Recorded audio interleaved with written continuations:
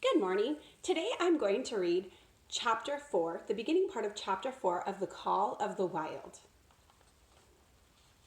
Who has won to mastership? What I say? I speak true when I say that Buck two devils.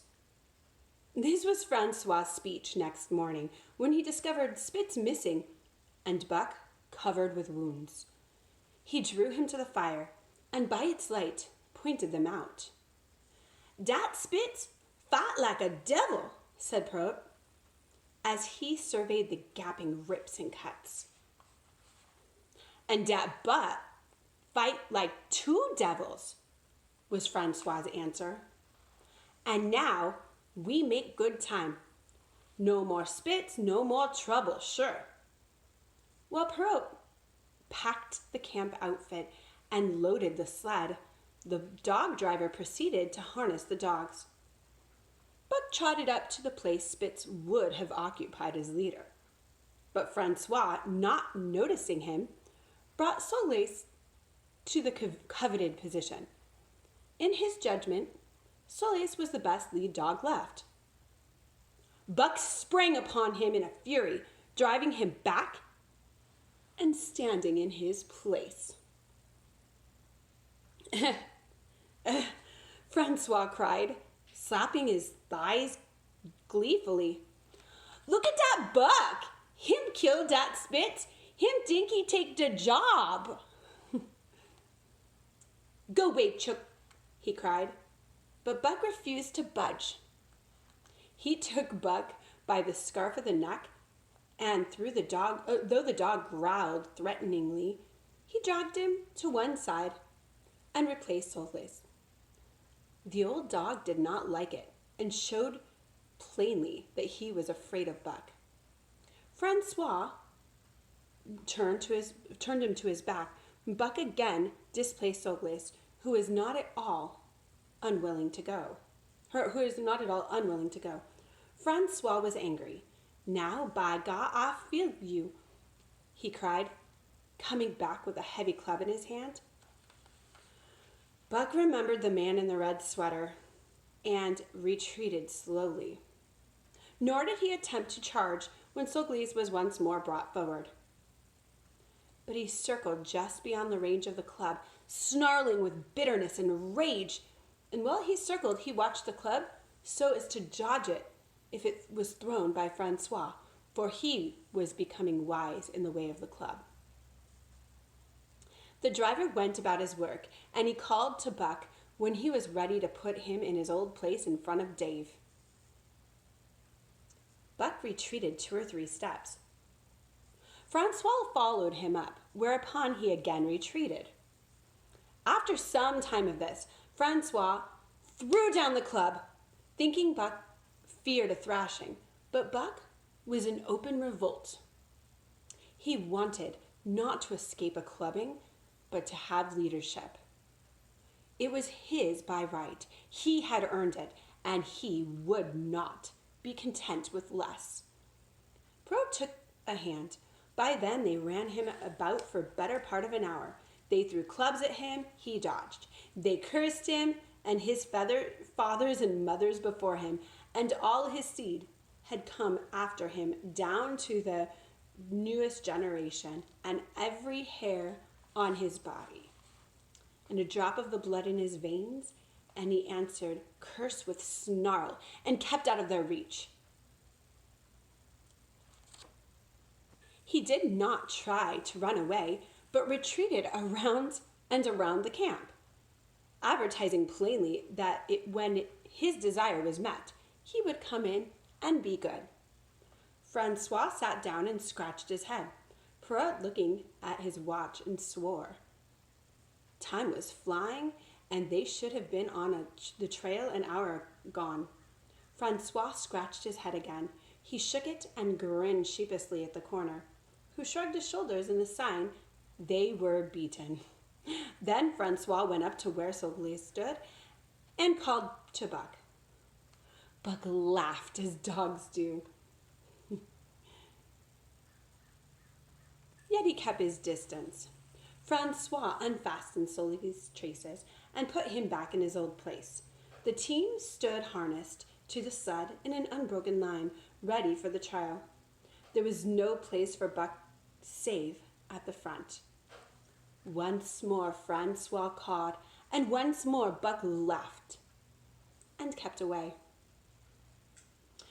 "Throw down the club," Perrault commanded. Francois complained, whereupon Buck trotted in, laughing triumphantly, and swung around into position at the head of the team. His traces were fastened, the sled broken out, and with both men running, they dashed out to the river trail. Highly as the dog driver had forevalued Buck, with his 2 devils, he found, while the day was yet young, that had to be undervalued. At a bound, Buck took up the duties of leadership, and where judgment was required, and quick thinking, and quick acting, he showed himself the superior, even of Spitz, of whom Francois had never seen an equal. But it was giving the law and making his mates live up to it that Buck excelled. Dave and Sulclise did not mind the change in leadership. It was none of their business. Their business was to toil, and toil mightily in the traces. So long as they were not interfered with, they did not care what happened. Billy, the good-natured, could lead for all they cared, so long as he kept order. The rest of the team, however, had grown unruly during the last days of Spitz, and their surprise was great now that Buck proceeded to lick them into shape. Pike, who was pulled at Buck's heels, and who never put an ounce more of his weight against the beast than compelled to do, was swiftly and readily shaken for loafing, and ere the first day was done, he was pulling more than ever before in his life. The first night in camp, Joe, the sour one, was punished roundly, and think that Spitz had never succeeded in doing. Buck simply smothered him by virtue of superior weight and cut him up until he ceased snapping and began to whine for mercy. The general tone of the team picked it up immediately. It recovered its old-time solidarity, and once more the dogs leaped as one dog in the traces. At the Ring Rapids, 2 native huskies, Teak and Kuna, were added, and the celerity in which Buck broke them in took away Francois's breath. "Never such a dog dat Buck," he cried. "No, never. Him with $1,000 by gar, eh? Wouldn't you say, Pro?" And Prout nodded. He was ahead of the record then, and gaining day by day. The trail was in excellent condition, well packed and hard, and there was no new fallen snow with which to contend. It was not too cold. The temperature dropped to 50 below zero, and remained there the whole trip. The men rode and ran by turn, and the dogs were kept on the jump, but with infrequent stoppages. The 30-mile river was comparatively coated with ice, and they covered in one day going out what had taken them 10 days coming in. In one run, they made a 60-mile dash from the foot of Lake Lebrage to the White Horse Rapids, across Marsh and Bennett, 70 miles of lakes. They flew so fast that the man whose turn it was to run toward behind the sled at the edge of a rope. And on the last night of the second week, they topped White Pass and dropped down the sea slope with lights of Segway and of shipping at their feet. It was a record run. Each day for 14 days, they had averaged 40 miles. For 3 days, Perrault and Francois threw chest up and down the main street of Segway and were deluged with invitations to drink, while the team was the constant center of worshipful crowd of dog-busters and mushers. Then 3 or 4 Western badmen aspired to clean out the town, were riddled like timber boxes for their pains and public interest into their idols. Next came the official orders. Francois called Buck to him, threw his arms around him, wept over him. And that was the last day of Francois and Parrot. Like the other men, they passed out of Buck's life for good. And that's the end of what we're reading today from chapter 4, first part of chapter 4.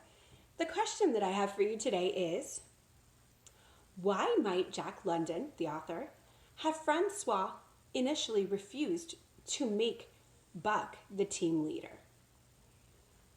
Why might Jack London have Francois initially refuse to make Buck the team leader? Thanks.